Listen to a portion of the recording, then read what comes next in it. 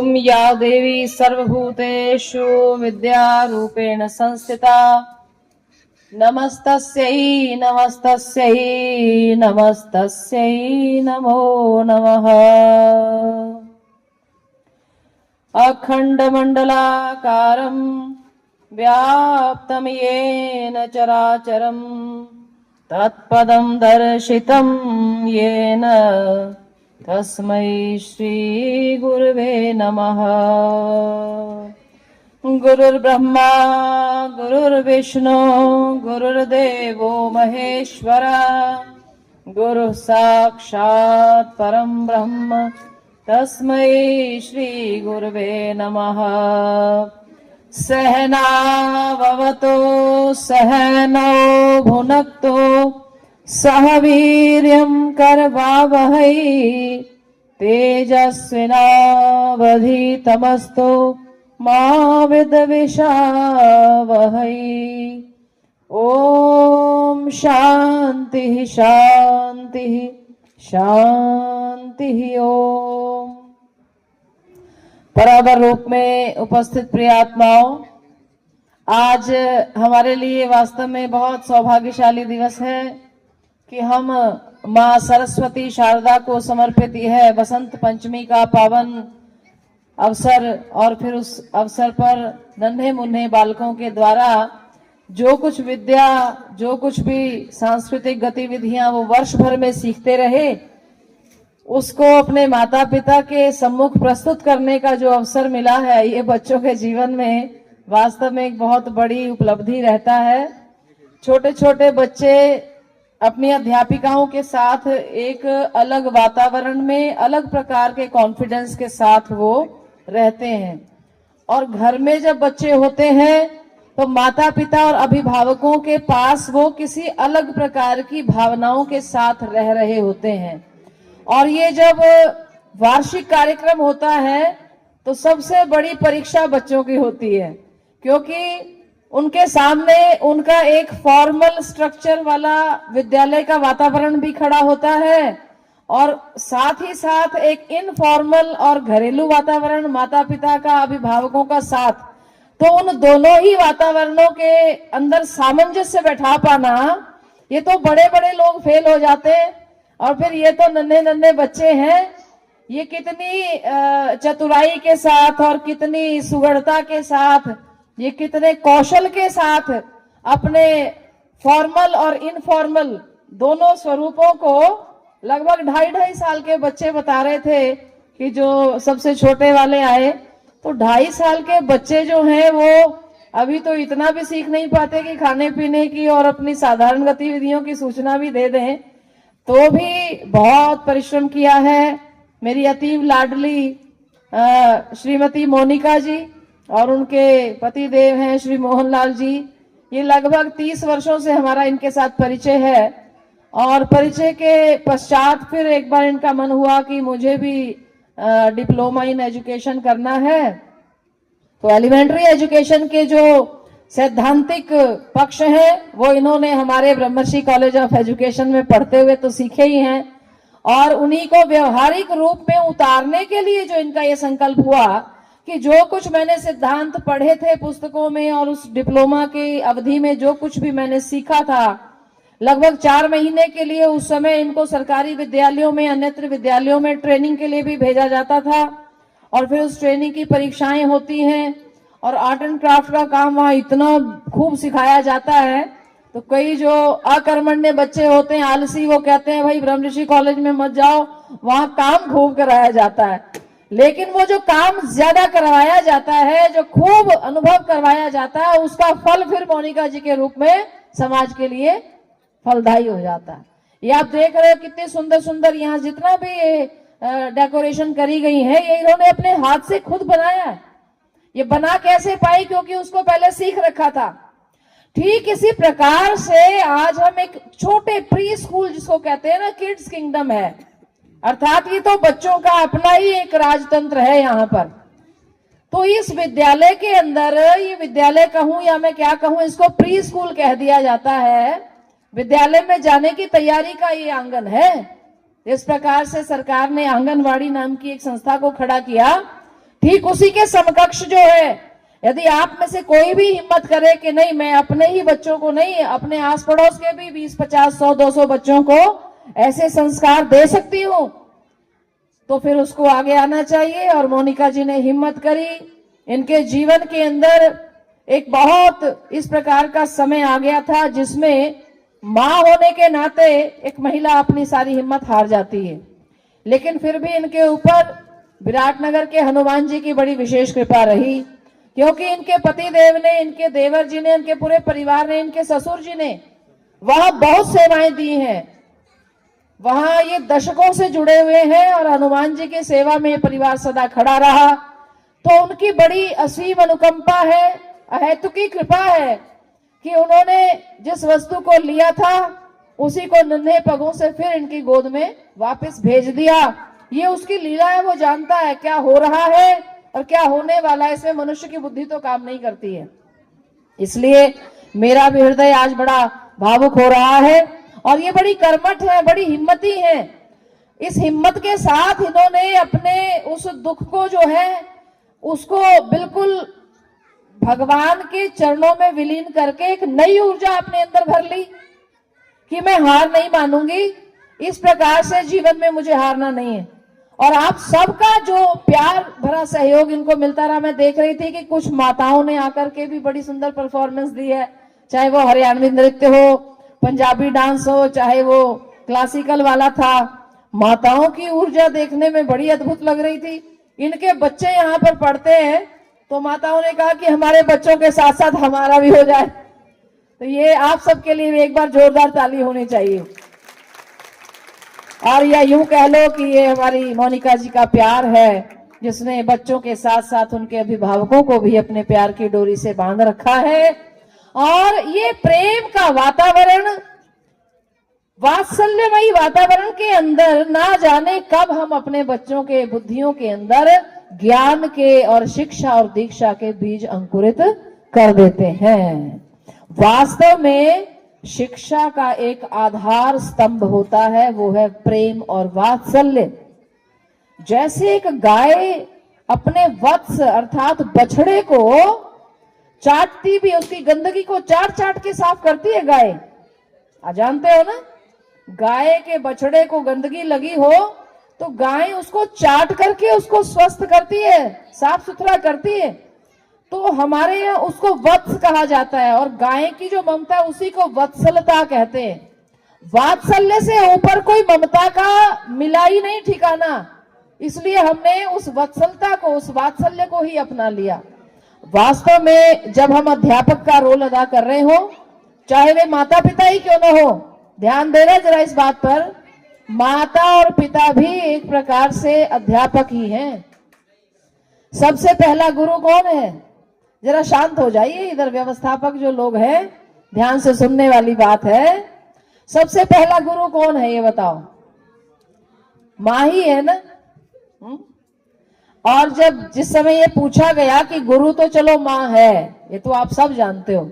अगर मैं आपसे एक प्रश्न और पूछूं कि सबसे पहला भगवान का रूप क्या है?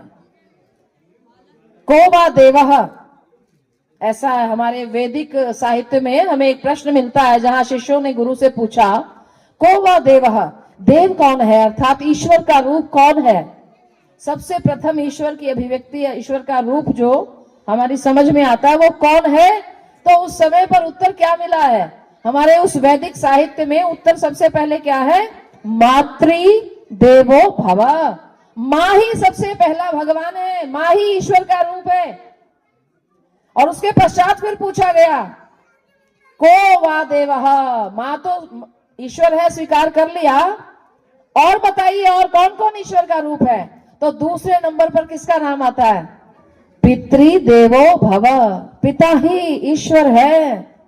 जिस पिता ने हमें जन्म दिया, ये दुनिया दिखाई, जो पिता हमारी परवरिश के लिए इतनी मेहनत करता है, दिन रात परिश्रम करता है और सदा यही कामना करता है कि मैं तो अनुशासन में कठोरता से रहूं, लेकिन मैं अपने बच्चों को सुख के सारे साधन दे सकूं, मैं अपने बच्चों में ऐसे गुणों का निधान कर सकूं, उत्तम से उत्तम गुरुकुल या विद्यालय में अपने बच्चों को भेज सकूं। तीसरी बार फिर प्रश्न किया गया को वा देवः, और बताइए ईश्वर कहां कहां रहता है? तीसरा उत्तर जानते हो क्या मिला? आचार्य देवो भव। जो गुरु, जो अध्यापक, अब यहां गुरु देवो भव नहीं कहा, अध्यापक देवो भव नहीं कहा, यहां क्या कहा है? आचार्य देवो भव। आचार्य शब्द की गरिमा और महिमा क्या है? आचार्य क्यों कहा है, अध्यापक क्यों नहीं कहा? आचार्य का अर्थ क्या है पहले वो समझ लो। आचरणात् आचार्य। जो अध्यापक है उसका काम है अध्यापन करना, अर्थात जो उसने पढ़ा है, कुछ नॉलेज के जो सोर्सेज उसने ग्रहण किए वो आगे को बांट देना, ये अध्यापक का काम है। लेकिन आचार्य का काम क्या है? आचार्य क्या करता है? वो जो कुछ भी ज्ञान प्राप्त करता है उस ज्ञान को अपने आचरण में उतारता है, उसके व्यवहार में आ जाता है और अपने व्यवहार के द्वारा ही वह शिक्षा और दीक्षा दे देता है। हमने ऐसे गुरु को देखा, हमने पूज्य पाद हमारे सदगुरुदेव ब्रह्मर्षि जी महाराज, हमने उनके साथ जी करके जीवन को देखा। कभी अपनी वाणी से वह विधि और निषेध का तो ज्यादा निर्देश करते ही नहीं थे, ये करना चाहिए, ऐसा नहीं करना चाहिए, वो कभी नहीं कहते थे। लेकिन उनकी तो जीवनी ही ऐसी थी कि मानो साक्षात श्रीमद् भगवत गीता के कर्म योग को, भक्ति योग को, ज्ञान योग को वो साक्षात अपने रोम रोम में जी रहे थे। तो उनके साथ रहते रहते भगवत गीता का ज्ञान उनके साथ रहने वालों के जीवन में उतर गया। आचार्य अपने आचरण से ज्ञान दे सके, इसलिए तीसरा जो भगवान गुरु को बताया गया वो इसलिए कि गुरु के आचरण के अंदर वो सब चीजें होनी चाहिए जो हम अपने बच्चों को देना चाहते हैं। जिस समय बालकों को सबसे पहला पाठ, आजकल तो अभी मोनिका जी से मैंने पूछा ये बच्चे क्या करते हैं, तो कहा कि जो 2.5 वर्ष के बच्चे आते हैं प्री नर्सरी में, कहा उनको पेंसिल होल्डिंग सिखाया जाता है। पेंसिल होल्ड तो करें, हाथ में पकड़े तो सही।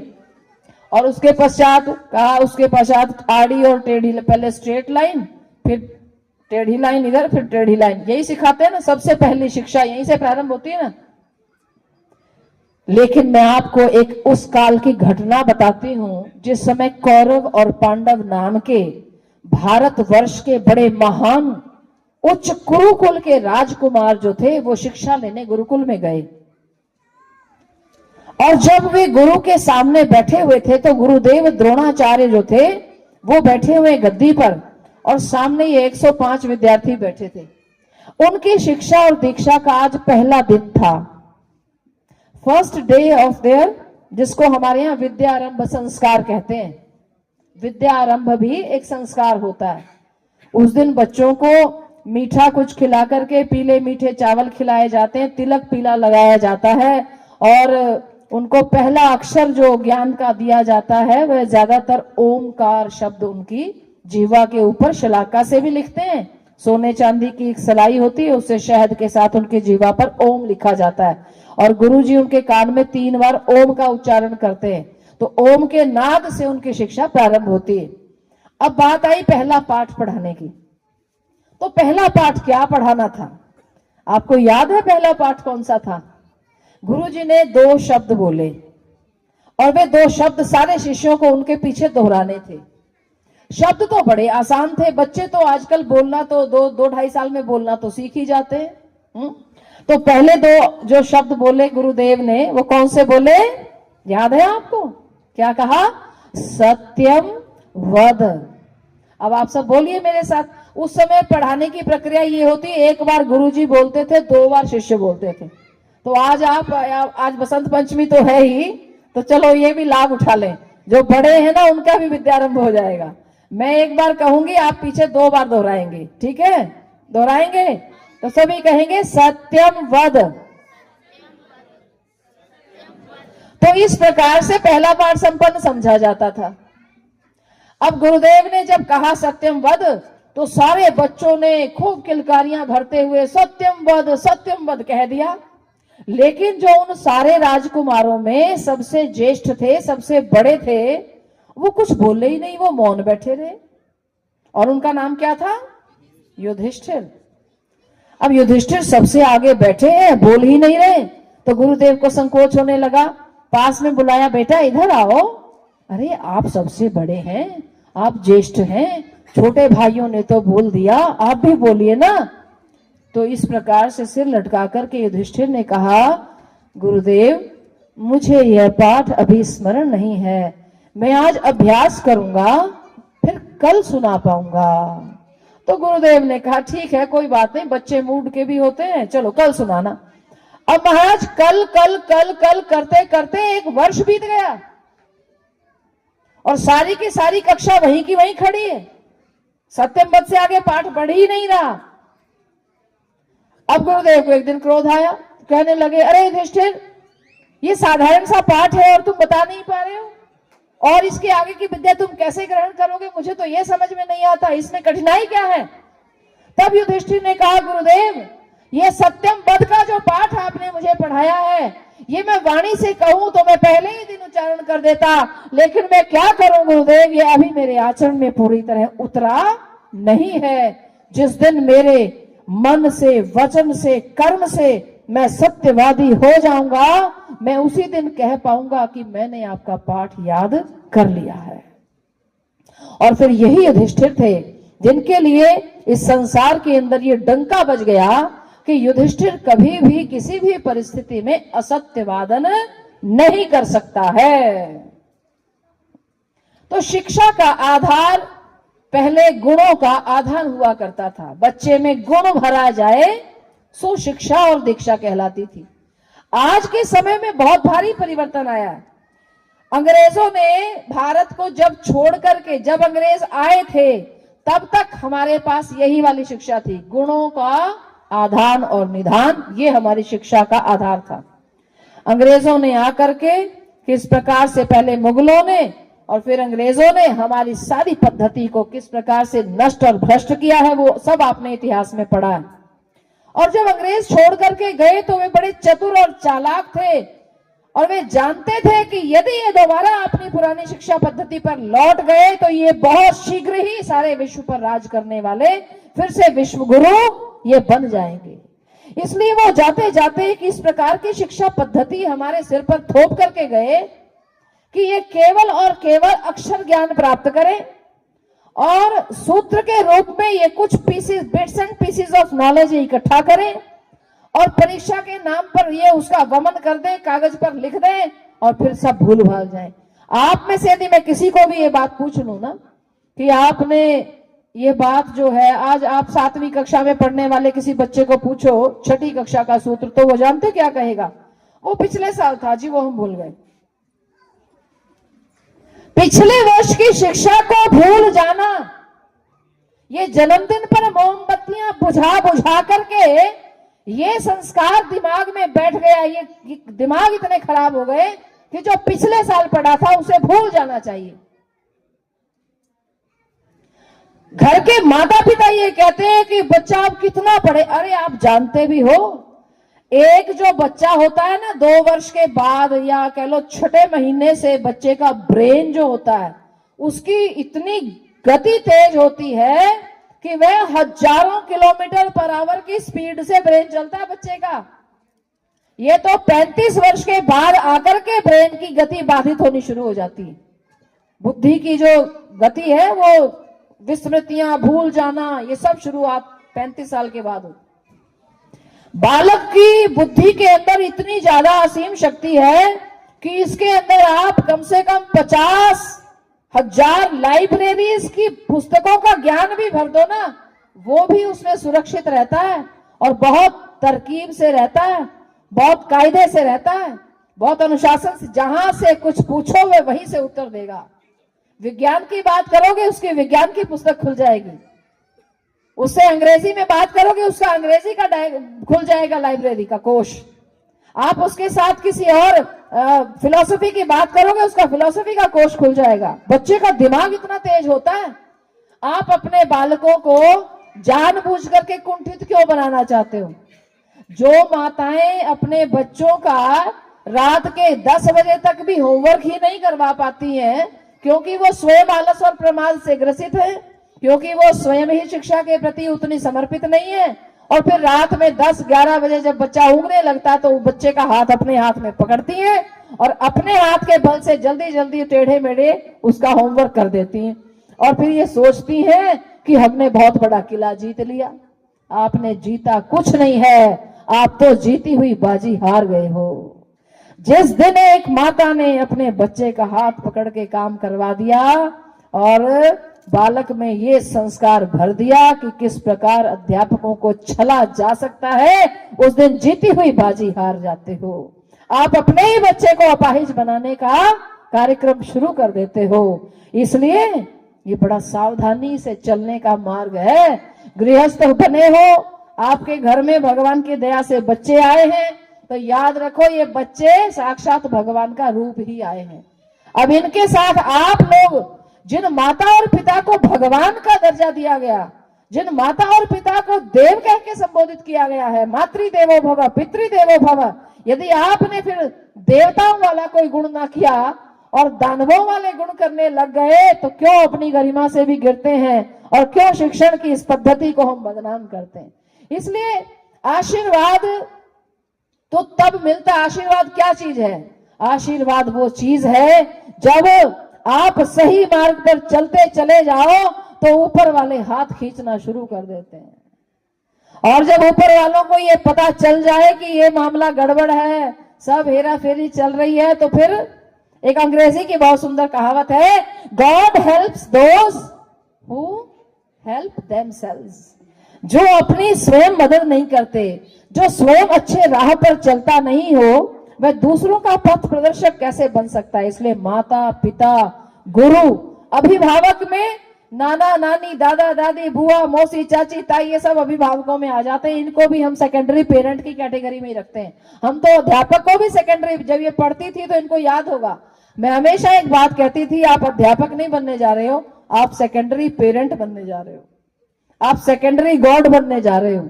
इसलिए अपनी उस महत्वपूर्ण गरिमा को निभाते हुए हमारी अति लाडली मोनिका जी ने बहुत सुंदर ये पिछले कुछ 9 वर्षों से ये कार्यक्रम चला रखा है और बहुत अच्छे इन्होंने बच्चों में गुण और क्वालिटीज भरी है कि इनके यहाँ से पढ़े हुए बच्चे बहुत बड़े बड़े नामी गिरामी स्कूलों में दाखिला ले जाते हैं। तो अवश्य में बहुत परिश्रम करा रही होंगी। तो इसलिए मैं बार बार बहुत गदगद हृदय से खूब आशीर्वाद देती हूँ कि इसी प्रकार से ये विद्यालय, ये स्कूल जो इन्होंने छोटा सा चलाया, ये गुरुकुल कहूंगी मैं तो इसको, एक किड्स किंगडम नाम का एक छोटा सा गुरुकुल चलाया है और इसके अंदर आप इनको शिक्षा और दीक्षा के साथ साथ अपने भारतीय संस्कार, अपने वैदिक सनातन धर्म के मूलभूत संस्कार, जिनको सत्यम वद धर्मम चर और कभी झूठ ना बोलना, इस प्रकार के जो ये क्वालिटीज हैं, वो भी साथ साथ मॉरल एजुकेशन का पाठ तो वह बाल्यकाल से ही बच्चों को पढ़ाना शुरू अवश्य में कर देना चाहिए। तो इन्हीं शब्दों के साथ मैं अपनी वाणी को विराम देती हूँ। यद्यपि अब आपका मन खूब लग गया है बात को सुनने में, पहले जरा चंचलता हो रही थी, पर फिर भी जो बातें आपको बताई हैं वो आपके जीवन के लिए सार गर्भित मैंने सूत्र पकड़ा दिए। इन सूत्रों को कभी भूलना मत, भूल से भी कभी अपने बच्चों को गलत मार्ग पर चलाना मत। जिस दिन नहीं होगा उनसे कार्य, उस दिन यह स्वीकार करने की वृत्ति बच्चों में पैदा करो कि हम किसी कारण से यह नहीं कर पाए और कल हम अवश्य कर लेंगे। ऐसा साहस जो है अपने बच्चों में भरना चाहिए। और चोरी से गलत तरीके से काम को करके और उसका श्रेय हम ले लें, ये कभी भी प्रक्रिया अपने बच्चों को नहीं पढ़ाई जानी चाहिए। उससे बच्चे धीरे धीरे फिर आलसी होने शुरू हो जाएंगे, प्रमादी होने शुरू हो जाएंगे और आगे चल करके भी वो अपना काम किसी और से करवा करके श्रेय लेने की परिपाटी पकड़ लेंगे। अगर चाहते हो कि आपके बच्चे भी खूब बड़े बड़े साइंटिस्ट बने, वैज्ञानिक, डॉक्टर, इंजीनियर बने और इस देश का ही नहीं, इस राष्ट्र का ही नहीं, संपूर्ण विश्व में अपने कुल कुटुंब का, माता पिता, गुरुजनों का नाम रोशन करे, तो बच्चों को ईमानदारी से पढ़ाओ। तो ठीक है, आप सभी को बहुत बहुत आशीर्वाद है और हमारी लाडली मोनिका जी को भी खूब आशीर्वाद है। भगवान करे अगले वर्ष इनका ये जो अब 30 बच्चों का है ये सैकड़ा पार कर जाए और खूब बढ़ते चले जाएं। परिश्रम करते चले जाओ। हिम्मत करने वालों का हाथ भगवान स्वयं पकड़ लेते हैं। हरि ओम तत्सत। बोलिए सत्य सनातन धर्म की जय हो। श्री सरस्वती मैया की जय हो। तो नमस्कार, मैं Monika, principal of Kids Kingdom pre school. परम पूज्य श्रद्धेय डॉक्टर अमृता दीदी जी, आपका यहाँ पर बहुत बहुत हार्दिक अभिनंदन है। आज आपके जो प्रवचन सुनने को मिले हैं वो शायद मुझे कभी जिंदगी में ना मिलते, लेकिन ये जो गौरव और साहस मुझे प्रदान किया है इसके लिए मैं सदा आपकी ऋणी रहूंगी। और जो यहाँ पर भाई बहन आए हुए हैं उन सभी को भी मेरा नमन है, उन सभी को भी मेरा नमन है। छोटे प्यारे बच्चे उनको भी मेरा प्यार है। आज मैंने कोई स्पीच तो नहीं दी, मैं नॉर्मल से शब्दों में बोल रही हूँ। दीदी जी ने, मैंने जैसे दीदी ने बताया, मैंने D.Ed Brahmrishi college of education से की है 2009 और 2011 में। मैंने वहाँ पे 4 चीजें मेन सीखी हैं जो शिक्षा के बहुमूल्य आयाम है। 4 अ से अध्ययन, अध्यापन, अभ्यास और अनुसरण, जो कि दीदी ने सारा एक्सप्लेन कर दिया है। अध्ययन पढ़ाई करना, जो कि मैंने पढ़ाई की है। अध्ययन जो मैंने पढ़ाई की है, और अध्यापन जो मैं पढ़ा रही हूँ, और अभ्यास में बच्चों के साथ साथ खुद भी अभ्यास कर रही हूँ। और अनुसरण, और जो अनुसरण है वो भी आप देख रहे हो कि मैं दिन प्रतिदिन ये प्रयास रहता है कि मैं बच्चों को नई नई चीजें सिखाऊं। ठीक है, मुझे computer, art and craft, music, सब चीजों का शौक था। मैं एक बार किसी स्कूल में इंटरव्यू देने गई तो उन्होंने पूछा मुझसे कि आप बच्चों को कैसे हैंडल करोगे। मैंने कहा कि मैं एक मदर की तरह हैंडल करूंगी, लेकिन उन्होंने मुझे सिलेक्ट नहीं किया। तो मुझे खुशी हुई कि इसमें भी शायद मेरा कोई अच्छा भला हुआ है। फिर मैंने किसी दूसरे स्कूल में ट्राई किया, वहां मैंने 5 वर्षों तक अभ्यास किया है टीचिंग का। JP स्कूल में पढ़ाया है मैंने, यहाँ सभी जानते हैं। फिर उसके बाद भी मुझे सेटिस्फाई नहीं हुई। ना तो यहाँ मेरे से कंप्यूटर सिखाने के लिए बोलते हैं, ना मुझे योगा कराने के लिए बोलते हैं, ना ये आर्ट एंड क्राफ्ट का देते हैं, बस मेरे सब्जेक्ट दे रखे हैं। फिर मैंने सोचा मैंने तो सबका मिश्रण करना है। बच्चे तो सीख तो वैसे भी लेते हैं, लेकिन इनको स्टार्टिंग करवानी है मुझे। मैंने इनके साथ मदर का बिहेव भी करना है, इनको पेंसिल होल्ड करनी भी सिखानी है, पढ़ना भी सिखाना है। सो मैंने अपने जो भी ख्वाब है, अपना पैशन है, इन बच्चों के थ्रू पूरा किया है। और मेरे साथ सबको पता है कि उतार चढ़ाव आए हैं, फिर भी मैंने हिम्मत नहीं दी हारी। फिर इन बच्चों ने ही मुझे मोटिवेट किया है। मुझे मेरे बेटे की डेथ दिसंबर में हुई थी और मुझे था कि इनका साल खराब हो जाएगा। फिर मेरा माइंड वो छोड़ के मैंने कहा नहीं, इनके बच्चों के एग्जाम की तैयारी करवानी है। मैंने बसंत पंचमी से ही फिर से ये स्टार्ट किया स्कूल। 2 महीने बंद रहा मेरा स्कूल, फिर मैंने स्टार्ट किया। इन बच्चों का ही मैं बहुत बहुत थैंकफुल करती हूँ कि ये साफ दिल के होते हैं, इसमें कोई अलछल नहीं होता। सो मैंने इनमें अपना ये पैशन पूरा किया है। अब आज सभी पेरेंट्स का बहुत बहुत धन्यवाद, जो इन्होंने सबने मुझे बहुत कोऑपरेट किया है। मैं बहुत ज़्यादा विद्वान नहीं हूँ, लेकिन मैं अपने जो शौक है, अपने वो कह लो कि एक जीवन को आगे शुरू करना, कभी भी किसी को हिम्मत नहीं हारनी चाहिए, तो मैंने बच्चों से ही शुरू किया है। ठीक है जी, कोई गलती हो तो माफ़ करना।